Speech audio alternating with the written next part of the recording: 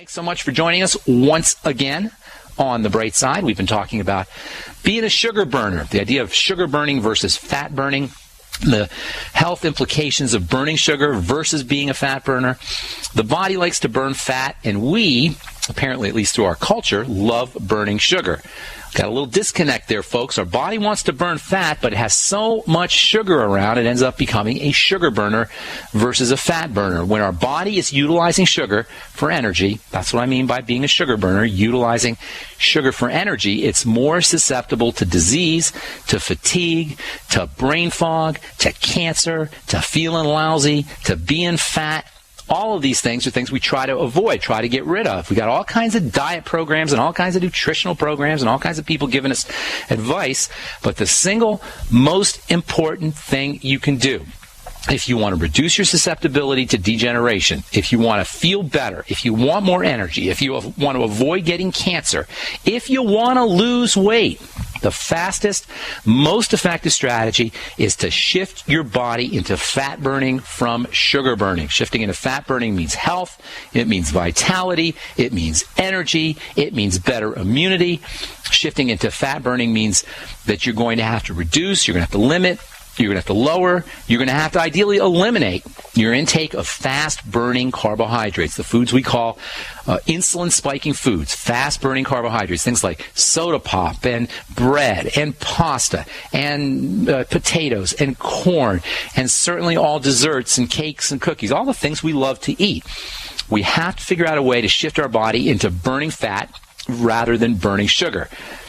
It's extremely, extremely important and may be the single most important thing you do to get healthy, shifting your body into a fat-burning mode versus a sugar-burning mode. Yesterday we talked about the ketogenic diet, which may be the best fat-burning eating strategy of all. If you want to be a fat burner rather than a sugar burner, it's going to involve changing your eating strategies and getting yourself on what we called yesterday the ketogenic diet, Ketogenic.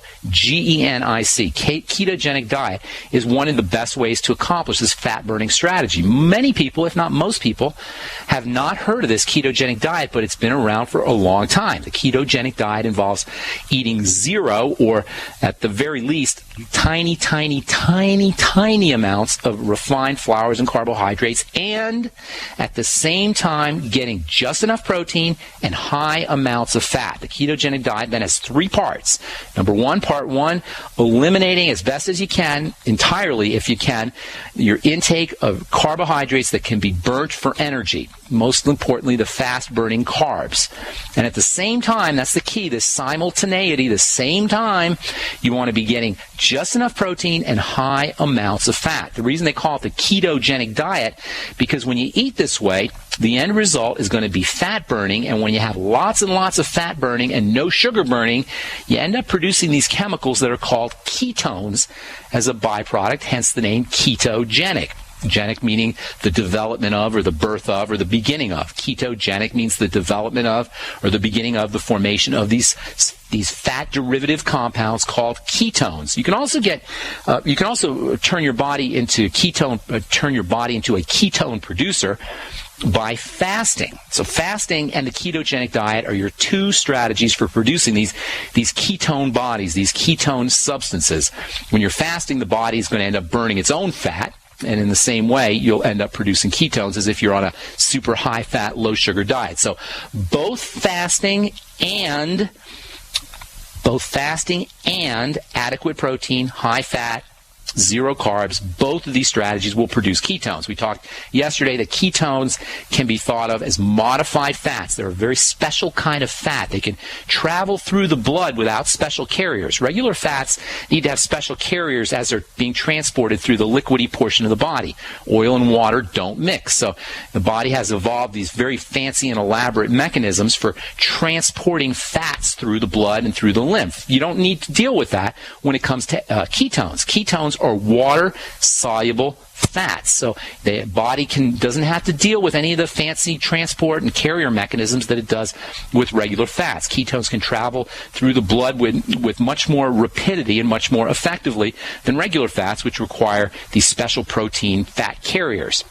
And the heart and the brain, by the way, especially love to derive energy from ketones. The heart and the brain love ketones. So if you're fasting and you're using the ketogenic diet, your heart and your brain are going to be fine, because your heart and your brain can run on the byproducts of fat burning, whether that fat burning is you burning your fat stores, or whether it's your body burning foods that you're putting in that are fatty. So don't have to worry about heart health or brain health if you're fasting or if you're on the ketogenic diet. In fact, the brain and the heart love ketones, and they're going to be fine. Your muscle system will also be fine burning ketones. Most of us are producing ketones sometime during the day, unless we're eating sugar nonstop, basically unless we have an intravenous supply of sugar driving that stuff into our body 24/7, sometime or another during the day, for most of us, we're producing ketones. And you're also producing ketones at night, because at night you're kind of fasting. If you eat, say, at 6 or 7 or 8 o'clock, you go to bed at 9 or 10 o'clock, and then you wake up again at 6 or 7, you're gone 8 hours without any food in your system. Your body has to derive energy from somewhere, and what typically will happen is your body will derive energy by burning its own fat stores. You're undergoing a kind of fast, and the energy that your body's using during that fasting period when you're sleeping is derived from ketones. So we're all going through ketosis and producing ketones sometime during the day, usually sometime at night. So it's not like the body isn't used to dealing this way, but if we can intentionally drive the formation of ketones through becoming fat burners, we will be a lot better off. All right, continue our discussion here on ketones and fat burning and sugar burning and the implications for good health when we come back from our break. Our number is 866-582-9933. I'm Pharmacist Ben. You're listening to The Bright Side. We'll be back right after this with more good health information. Don't go away. Okay, so we're talking about the advantages to burning fat over burning sugar. The body wants to burn fat. It doesn't want to burn sugar. If you find yourself, if you are on a fat-burning diet, if you're on a diet that features only fats, you end up producing something called ketones. Ketones are really interesting chemicals. You can think of them as specialized fats. One of the really interesting things that happens when your body starts to build up ketones is you get an increase in the breakdown of old cell parts. As cells are going through their lives, they are pretty much like everything else that's alive. They're constantly building up new structures and breaking down old structures. A cell is like a little animal, if you will. Just think of those round circles you see in your biology textbooks.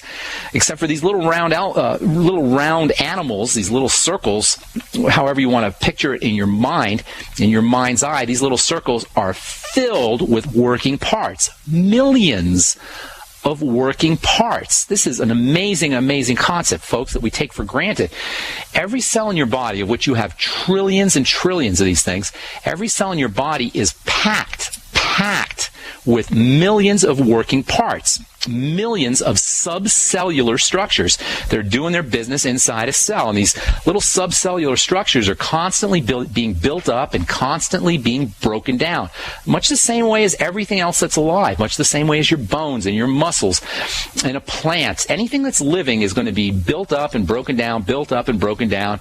Out with the old, in with the new. The king is dead. Long live the king. You can't put old wine in new wine in old vessels. Any way you want to express this idea, the main point is that for any living thing, including a cell, there's always going to be a system in place for breaking down old material and structures so that new ones can take over. This breaking down process is the life force's way of reassuring that you'll always have new and healthy and strong living systems. So the little subcellular structures inside of a cell are constantly being broken down and constantly being built up.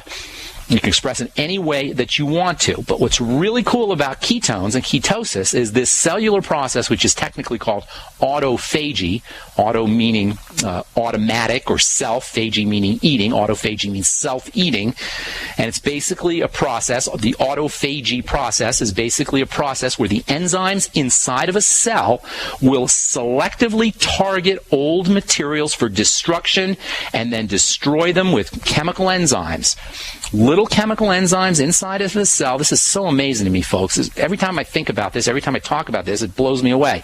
Inside a cell, you have this intelligence, somehow this divine wisdom that knows when a little subcellular structure is defective. It knows that that little subcellular structure has to be targeted for destruction. There's an autophagy, a self-eating process that takes place inside of cells, which selectively targets and breaks down old materials. Well, as it turns out, ketones, these modified fat substances that come from dietary strategies or from fasting, ketones encourage this autophagy process to occur and thereby improve the functions of all of the systems inside a cell. Ketones clean cells. And a clean cell is a happy cell, and a happy cell is a healthy cell. So when you're producing ketones, by being a fat burner, by going into the ketogenic diet, you're actually improving the cell's ability to clean itself. And a clean cell is a happy cell. You know, in a way, there are different kinds of parts to a healthy body. In other words, the human body can be distinguished by looking at parts, the cell part and the tissue part. So when we have a human body, we want to, in our mind's eye, divide it up into the cell part and the tissue part. Just think of raisin bread. So you think of your body, you've got cells like raisins, and then you've got bread, which is the tissue that the cells are kind of scattered among. Except in the body, the cells are a lot more raisins. So you got cells and you got tissue. Any part of your body, you've got cells and you got tissue. Cells and you got tissue. Cells and you got tissue. It's like raisins and raisin bread, except with a lot more raisins. Think of very, very raisiny bread. Lots of raisins, and you'll get kind of the idea of what your body looks like when it comes to cells and what's called the matrix, which is the tissue that the cells rest in. If you're baking raisin bread and you stick long straws into the dough, you create channels, and that would roughly approximate blood vessels and lymphatic vessels. So your body is like a loaf of raisin bread with lots of raisins, which represent the cells. The bread represents the tissue that the cells are resting in, and if you stick long straws in through the dough as you're baking it, those would represent your blood vessels and your lymphatic vessels. This is all kind of a rough approximation, but I want you to get a picture of something, because I'm going to tell you what this whole cellular health idea means when it comes to how we take care of ourselves. So you got cells, which represent, or raisins, which represent cells. You've got the bread, which represents the tissue, and you've got long straws stuck into the bread, which represents the blood vessels and the lymphatic vessels. The point I'm trying to make here is that the cell raisin's health depends on its ability to absorb nutrients from the bread or from the tissue. Anything that we can do to improve the health of the cells meaning the ability the cells have to get nutrients from this matrix, from the bread part of the raisin bread, is going to be in our interest. Anything that we can do to improve the way cells function, the way these raisins function, the way these raisins excrete poisons, the way these raisins absorb nutrients, is going to be in our interest. One of the key issues involved with aging involves cells that are these raisins that are beginning to lose their ability to pass out poisons, to process toxicity. Under these kinds of conditions, the cells begin to die. The raisins begin to die. And this is what aging and ultimately our death is due to. Cellular death. Our ultimate demise is really tied into the death of these cells, which of course depends on the health of the bread, the matrix surrounding the cells. So the fact that ketones facilitate this cell cleansing process is very significant, and it may account, at least partially, for the increased longevity that appears every time we study fasting and we study calorie restriction. It may have to do with the fact that these cells are processing their poisons much more effectively under those conditions. All right, I'm Pharmacist Ben. You're listening to The Bright Side. We got some folks who are on hold. We'll get to your call. Welcome back to The Bright Side. I am Pharmacist Ben. Thanks for joining us today, folks. We're here every day, Monday through Friday in the Genesis Communication Network. We're taking your calls at 866-582-9933, discussing heart health, this whole idea of ketogenic diet. We're going to talk about this a lot more tomorrow, or Monday, I'm sorry. On our next program, there's a few more things I want to tell you about ketones. Ketones are very important for heart health, very important for brain health. You're only going to get them produced if you limit the amount of carbohydrates, sugars that you use for burning. I hate to sound like a broken record. It seems like we talk about this almost every time we're here on the bright side, this idea of restricting, eliminating, reducing, zero tolerance if you really want to do it right for refined, processed carbohydrates. When you start to understand how significant these refined carbohydrates are when it comes to biochemistry, and how significant they are when it comes to degeneration, you begin to see why we are just so unhealthy. Given that the human body is a healing system, it's a regenerating system, it's constantly renewing and regenerating itself, you have to ask yourself, why are we so sick? Why do we have 64 million Americans with heart disease? Why do we have 100 million Americans who are either diabetic or pre-diabetic? Why are hundreds of thousands of people a year dying of cancer? Why are there millions of people every year being diagnosed with cancer? The numbers are ridiculous. And when you compare it to how unbelievably powerful the healing system is in the body, and if you think I'm talking hyperbolically, just think of the last time you cut yourself. And just think of how that cut closed itself, how the cells knew what to do, and how anti-infectious material came to fight any kinds of bacteria that were present, and how connective tissue fibers kind of winded their way to the area, and minerals and nutrients kind of navigated to the area to accelerate the healing process. All of this occurs spontaneously and automatically without your need or my need for thinking about it. It occurs just as part of the way that the body operates. And when you think about how unbelievably effective this healing process is, you gotta ask yourself, why are we so darn sick? Why is it that most people don't feel good? And when you examine the fact that we're all messing up our biochemistry with how we're eating, and we're all screwing up our biochemistry with our lack of nutritional components, it becomes a no-brainer. It becomes a no-brainer. And then on top of that, when you start to see how much better you feel, how your blood pressure drops, and how you lose the weight, and how your diabetic markers improve, and how every single health marker improves when you get yourself on a good nutritional supplement program, it's like the lady on the V8 commercial. You want to hit the side of your head and go, oh my God, of course I got to get on a nutritional supplement program. Of course I can't eat the crappy food, the poison food that they're trying to sell me on the commercials.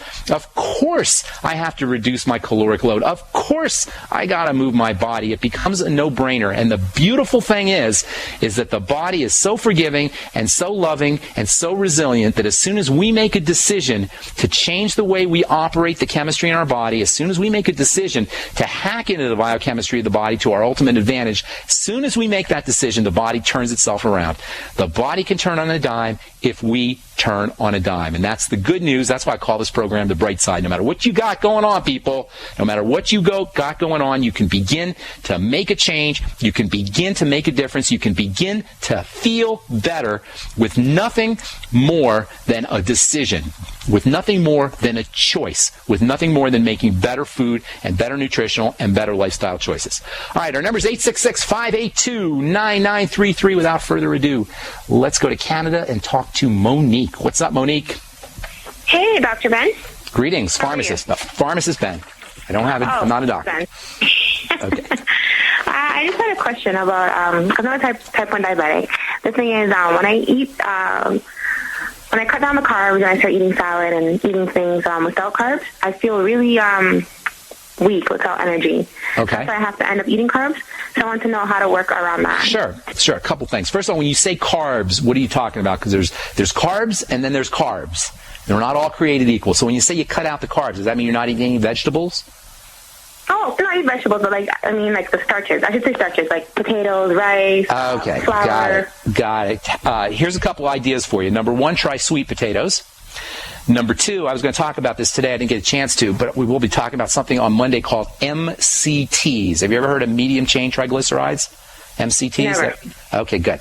Then you're going to hear something new on Monday. And for anybody out there who hasn't heard about MCTs, we're going to talk about that at length in the coming couple of programs. Get yourself some MCT oil. You can do it two ways. You can either buy MCT oils directly from a supplement, and you can just get MCT oil supplements. They sell them at health food stores. Or you can use coconut oil, which is 50 to 60% MCTs. MCTs are a special kind of fat that the body doesn't have to process like it does ordinary fats. Ordinary fats, in order to be processed, have to go through some convoluted biochemistry that not everybody does efficiently, unfortunately. MCTs don't require any of that chemistry. So if you're diabetic, a type 1 diabetic, if you're worried about hypoglycemia, get yourself on MCT oils. Your body can produce energy from those MCTs. And by the way, you can get a lot of ketones, which we were talking about earlier from MCTs. So medium chain triglycerides, use coconut oil, or get yourself some straight MCTs. Then also you want to be using trace nutrients to help your body obtain energy from its energy burning cycles, and those are the B complex vitamins, especially chromium, vanadium can be helpful. The B complex, though, are super important for deriving energy.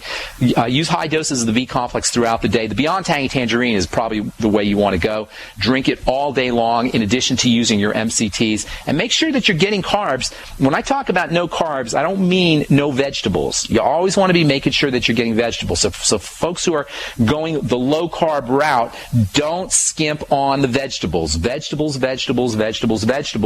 There are vegetables that have more carbohydrates than others. Sweet potatoes and yams and beets tend to be carbohydrate rich. Tubers are carbohydrate rich. And then there's your less carbohydrate, more fibery vegetables. Those are very, very important. Broccoli, the cruciferous vegetables, cauliflower, Brussels sprouts, all those are important. Do not skimp on the veggies. Monique, get yourself on some MCT oils. Use essential fatty acid oils as well. Make sure you're getting generous, copious amounts of the B complex throughout the day. The Beyond Tangy Tangerine is the best way to do that. And thank you so much for calling, Monique. You're going to want to listen to The Bright Side next week, because we will be talking at length about ketones and MCTs. Medium chain triglycerides are a wonderful source of energy for folks who have type 1 diabetes, for folks who have type 2 diabetes, bodybuilders, weightlifters. Anybody who needs a little extra energy will benefit from this very unique form of dietary fat that you hardly hear anybody ever talk about. Medium chain triglycerides, MCTs. We'll be talking about those at length in our coming programs. Thank you, Monique, for your call. Matt in California, what's up? Hey, Ben. First of all, I want to say thank you to you and everybody that makes this show possible. It's awesome. Thank you so much. Two questions, one about myself and then one about Fukushima. So I'll start off with myself. So I'm 23. Okay. I got a real active lifestyle, and I suffer from acne, so I'm trying to balance out and get energy. And okay. Let's talk about the acne first, okay? And then I'll let you ask your other questions. Because acne is really easy to treat. It's unfortunate that people have it because it is just so easy to treat. And we talked a lot about acne a couple months ago. We probably spent 2 or 3 months talking about acne. One of the main points that I want everybody to understand about acne, and this is really important, Matt, but we got a commercial break coming up, so you got to hang on. I'm going to tell you something extremely important to understand about acne that makes it very easy to treat, without which, the knowledge without which you're going to find it impossible to treat. And we'll tell you what that is when we come back from our break.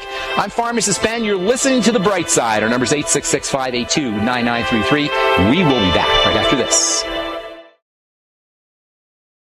We're talking to Matt in California. Matt, you there, buddy? Absolutely. Matthew? Hey, okay, so here's the cool thing about acne. It's super easy to treat. The skin grows more rapidly than any other tissue of the body. The skin cells turn over more rapidly than any other tissue of the body, save the digestive system. And that means that if you have acne today, 4 to 8 weeks from today, you don't have to have it because your skin cells are constantly turning over. But you got to figure out what the biochemical breakdown is that's causing the breakout. So the biochemical breakdown that's causing the breakouts, what that is. Now, here's what you got to do. First and foremost, acne is not a monolithic disease state. There are 7 different types of skin lesions, and they all get called acne.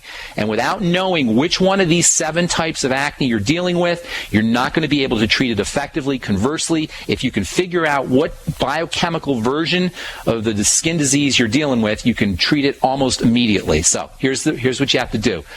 You have to figure out, number one, where on the face or where in the body the lesions are appearing and what the lesions look like. And that will tell you which one of the 7 types. By the way, the 7 types are androgenic male hormone acne, adrenal acne connected to the stress glands, the adrenal glands, digestive acne, which is a food allergy condition or a problem with digestive juices of some kind. The fourth kind of acne is liver acne, and that usually shows up over the long term, one of the other acnes that have appeared for a long time. The fifth type of acne is premenstrual. Sixth type of acne has to do with menopause, and the seventh type of acne has to do with the thyroid. So let me ask you a couple questions here real quickly. Where on your body do the lesions appear? Are they on your face, or are they on your back? Are they on your chest? Are they in your T-zone? Are they in your cheek area? Are they around your mouth? Where do they appear? Yeah, they're around the jaw area. That's pretty much it. Okay. Little lesions like that. Just little. Are they little uniform bumps? Tell me what the zits look like. Are they uniform? Are they small? Are they boils? They're not so huge anymore because as I've eaten healthier, they've toned down in size and stuff, and so it's gotten better. And so just would you say they're uniform? Small lesions.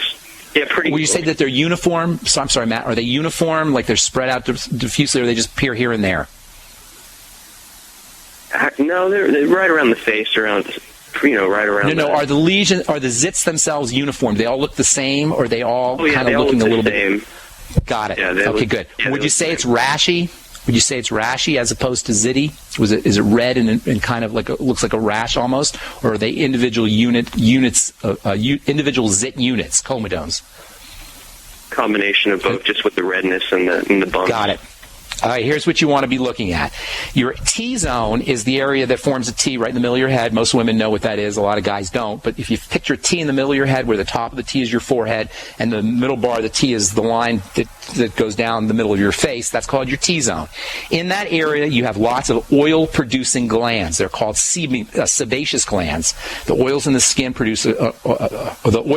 called sebum, and these glands that produce oil are called sebaceous glands. When you have either type 1 or type 2 acne, androgenic male hormone acne, or acne that's related to the adrenal glands, you'll have breakouts in the T-zone area.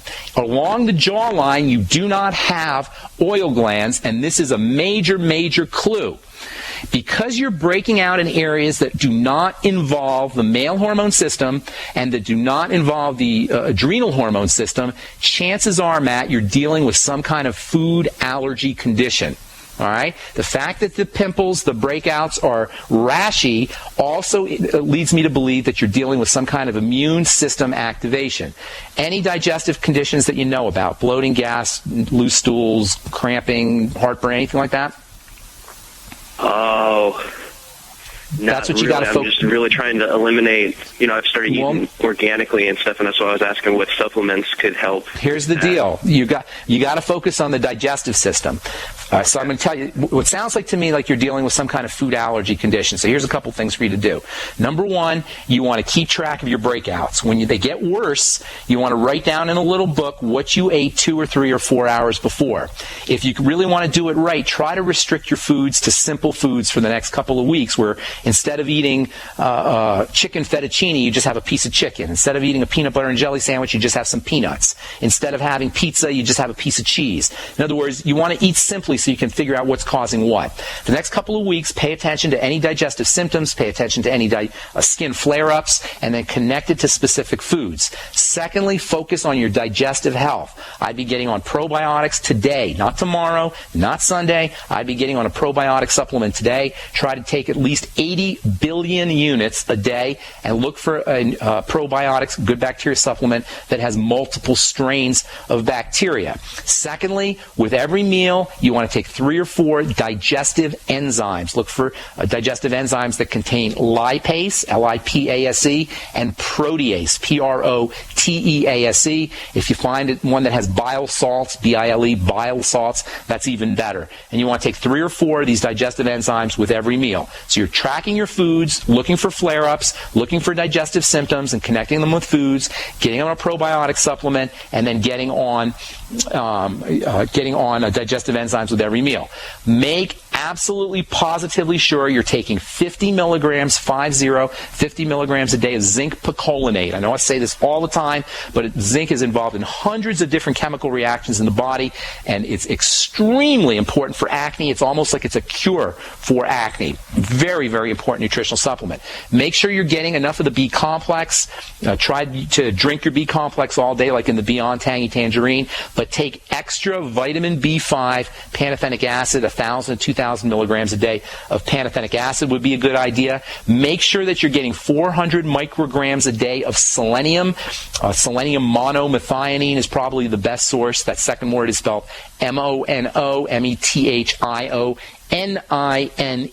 There's tons more stuff. I don't mean to tell you that these are the only things that you need, but this is a great forward step for you. You want to check for food allergies, check for skin flare-ups, connect them with foods, look for digestive symptoms, connect them with foods. Zinc 50 milligrams a day, selenium 400 micrograms a day. Make sure you're getting the B complex, drinking it all day long. Make sure you're getting around 1,000 to 2,000 milligrams of vitamin B5 a day. I know you had a couple more questions there, Matt, but we got some folks who have been on hold for a while. If you want to send me an email, I am way, way behind on my emails.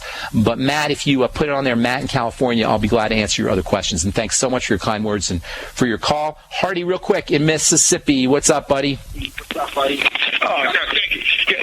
Great.